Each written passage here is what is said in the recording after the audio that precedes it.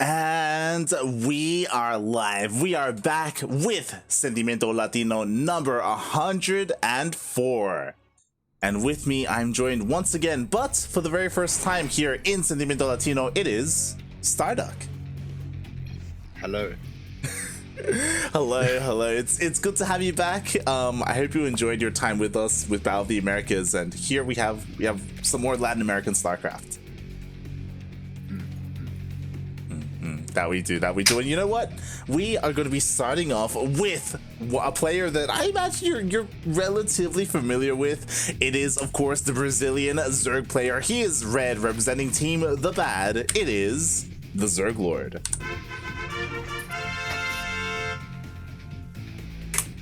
And spawning in the top left-hand corner of DestroyerLE, it is the Peruvian Protoss playing for Team Lethal Perfect, DestroyerTT.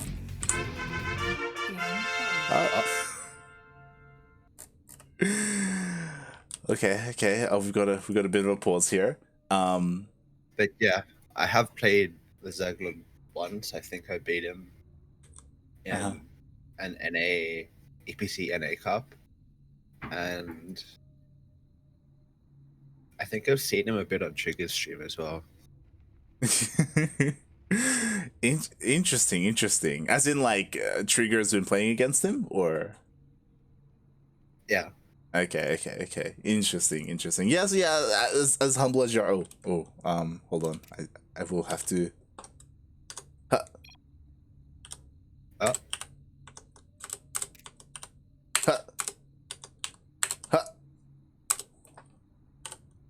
Beautiful. Right. Okay. But yeah, you did play against the ZergLord a couple of weeks ago now in ESL Americas. So you have a bit of insight as to how did you play out that series against you?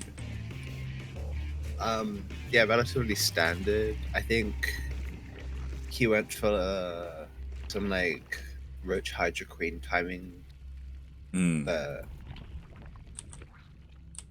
Yeah, I think lately he's been switching it up more and going for like the faster Queen Ravager Roach timings, which seems to be a bit stronger versus the two Stargate Void Waste out. Okay. I was really because I was really curious as to how he would play this out. There are some Zerg players that are okay with going to the late game, but I guess he's more of the kind of player to try and end it a little bit earlier. Yeah. Well, I mean, with Zerg late game, you need to have quite a bit of practice with it. And like it's quite playable, but it's kind of hard to micro, and you need to know specific army compositions to counter what the Protoss makes. If they go heavy in Void Rage, you need Infestor Viper for the parasitic bomb fungal combos and stuff.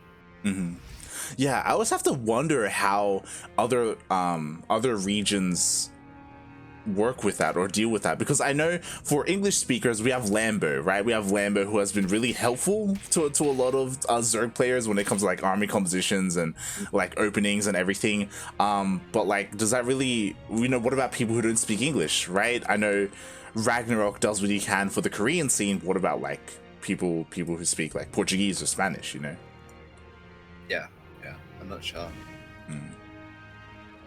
Yeah, this is a pretty it's a pretty standard opening. A lot of Predators have been just doing the hatch block regardless, even if they're not doing glaives, as a way to sort of mess the Zerg's tempo up a bit. Yeah. And it also allows you to put this adept here, which stops the drones from being able to be transferred over. And of course, as ZvP knows this, he's got the rally set for his main, the 4 link speed finishes, and you can drive the adept away. Yeah, I also want to give a bit of a shout out to DestroyerTT. We've been focusing a lot on the ZergLord in the beginning, but DestroyerTT, he is a pretty solid Protoss player. I think at the moment it's pretty solidified that he is the second best Protoss in Peru, second to Zion's. There was a period where they were both kind of like fighting for that spot, but I think Zion's has kind of taken that lead a little bit. But they each have their strengths, they each have their weaknesses. We are very familiar that Zion's has his own play style. DestroyerTT is a little bit more standard as we see with this opener. Yeah, pretty standard going for the Oracle after the Void Ray for more scouting and just seeing if you can get a little bit of harassment done if there's doesn't have their queens in position or skips spores for being greedy, but the ZergLord is being pretty safe. Yeah, exactly. We do see the Void Ray is being a little bit annoying here, trying to take out one of these overlords, and Traceries is used, but it's not enough, mate. Yeah, although he did get quite a bit of hull damage on, which is always nice, because like later on, if you're trying to maybe catch a queen or two off guard, or you run into a pack of Hydras, that Void Ray is very vulnerable to being sniped. And like it's just a little bit of a trade-off, but yeah. Definitely. Like that, as you said, there was a lot of damage taken there. Despite that, DestroyerTT does find another Overlord, which is quite nice. And yeah, I'm just really curious to see what the ZergLord's going to be going for, because at the moment he is working up towards his lair, so I imagine he's going to go for something that you were saying earlier, right? Like some kind of Hydra timing. Yeah, although he is getting an Evo chamber, so it does indicate he's not going for a more all-in version, which would skip upgrades. But yeah, losing 2 Overlords is not a bad start for DestroyerTT. And as well, the ZergLord is opening Overlord speed to get a better scout off, which means the timings will be weaker. So you might opt for going for a later game sort of style, maybe a later timing like a lurker push. This is a little bit unfortunate. The spores are here, but they're in position for the Void Ray. He was really not expecting an Oracle. And he gets a stasis off on the queen as well. That he does. And ooh, okay, I appreciate this from DestroyerTT. I was really curious to see how he was going to play this out. We do see it was double Stargate, and he is going to go into Disruptors. This is a very safe play style. Like, you don't die to a lot of timings with this. Yeah, like, especially with queen walks, like, if they don't have any creep, they're very slow. You can't dodge Disruptor shops at all. Exactly. I know you've been playing with this playstyle as well. We've seen, I think you said that Mana popularized this, and a lot of Protoss players have adopted this. It's a very sort of European way to play it. Like, a lot of the Koreans still prefer Charge or Archon Storm. Yeah. Kind of, it can also be a little bit to their detriment. I know Raynor was able to hit like a timing. He came out with a new like Lurker all-in, right? Yeah, and it's something where both Zest and Stats had kind of neglected Disruptors and struggled to defend against stuff like that.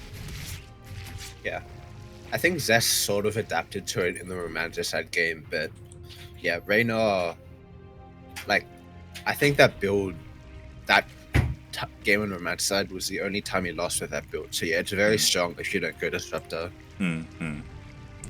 And maybe it's our mistake, but we were like assuming what DestroyerTT was going for. He actually went. He made a Colossus. Yeah. This might be a bit poor scouting on his part, although he is going into Disruptor now, because Colossus is good versus Hydra timings, but not as good versus Ravager Queen timings. Which the ZergLord is going for. Exactly. We do see the march across the map. Mass Queen and Roach Ravager. +1 is already done, and he has a follow-up plan. He does have the Hydra Den behind this, but does DestroyerTT have enough to hold? Well, 2 carriers are about to pop, but they might not be in time because the Ravagers are at the front door of DestroyerTT. He's getting some nice spells off zoning the Void Rays, and has got himself into between the 2 bases. Oh, that he does, but the first Disruptor is out. How good is this going to be? Pretty good. Okay. Nice start. Yeah, 3 Ravagers do go down. He saves the Disruptor, he does keep it in the back, and the 2 carriers do pop out. Yeah. Oh, but a problem is Destroyer's neglected static of the 4 space, so the Void Rays have no shield barrier to anchor on. And they're slowly but surely getting picked off by the Queens and Ravager bios. Yeah, exactly. Oh no, the Disruptor goes down before the Nova goes off, but there's still one Disruptor that's about to pop out. Yeah, this is going to be a big hit. If you can get land on the Ravager mass. Oh, nice split. but does get 3 more Ravagers. But yeah, it looks like Destroyer doesn't have the sort of critical mass due to his cold. GG. And we see towards the end there, DestroyerTT, he was banking a lot. Like, it is a shame that he did neglect that side defense at his 4th. Yeah.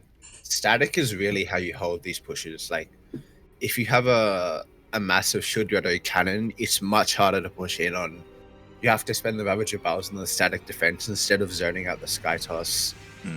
And of course, you get battery overcharge, which is like for 14 seconds, your Voiders just don't die as queens.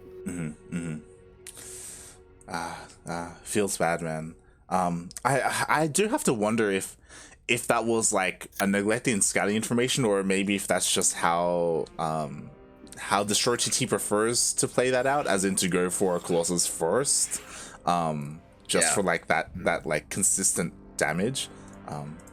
Well, I think if you know that your opponent's going to go for a strategy like this, you might not want to take a 4th and just hunker up on 3 bases. Yeah. But, like, also a play he could have done was he had his Void Rays across the map when the Queens were pushing out. So if he was a bit, like, smarter with his positioning, not getting caught on by the Void Spore Callers, he could have potentially sniped the Hydrogen or a Lair to make the follow-up push a lot weaker if he could survive. Yeah, definitely. It's a bit of a shame he didn't quite see it coming in time. TheZergLord, really nice timing there, and we'll see what happens here in game number 2, as spawning in the top right hand corner of Oxide LE, we have the Brazilian Zerg player representing Team The Bad. It is TheZergLord.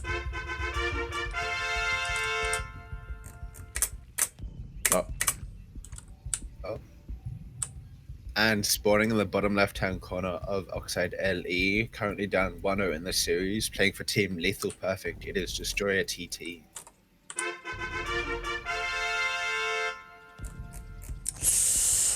So we got a 12 pool.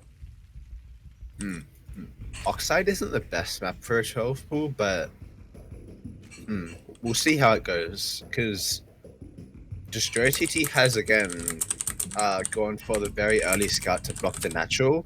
Now, this is just worse than a gateway scout versus 12 pool. You get less money. Yeah. Oh boy. But I mean, DestroyerTT, I mean, at least he does get in. He does scout it. He's aware of the 12 pool that's coming. As you said, because it's on Oxide, this shouldn't deal too much damage. Shouldn't be the keyword. Oxide's a pretty long rush distance, and the choke at the ramp is quite nice. Yeah. DestroyerTT is playing it well, blocking the natural. He's not opting for a pylon block, which is a bit strange. If he blocked the pylon, if he blocked the hatchery going down with a pylon there, the TheZergLord would be in a bit of trouble, because you really don't want to take your 3rd base, and so he would have had to keep his reinforcing lings behind, which weakens your 12 pool attack. Yeah. Oh no, the supply block. Oh, oh god. I mean, he does have one zealot out. He has to be careful not to get surrounded. Oh my god, no! Oh. He does pull the probes, so this might not be that bad, but oh no, the probes are going down. The zealot goes down.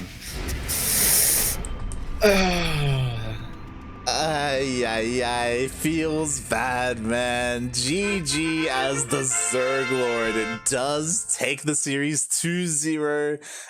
Just a little bit of misplay there by DestroyerTT.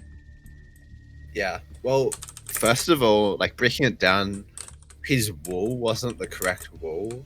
Probably because his pattern was slightly misplaced. You can wall off Oxide with a 3-building wall, and that means the zealot doesn't have to stand on the far hand side of one and let like a building go down. Second of all was obviously the pylon going down later, and yeah, it's just a bit unfortunate, I guess, because if you misplaced a pilot, like you can't fix that. There's nothing you can do. Mm-hmm. And it's especially weak to a 12 pool. Mm-hmm.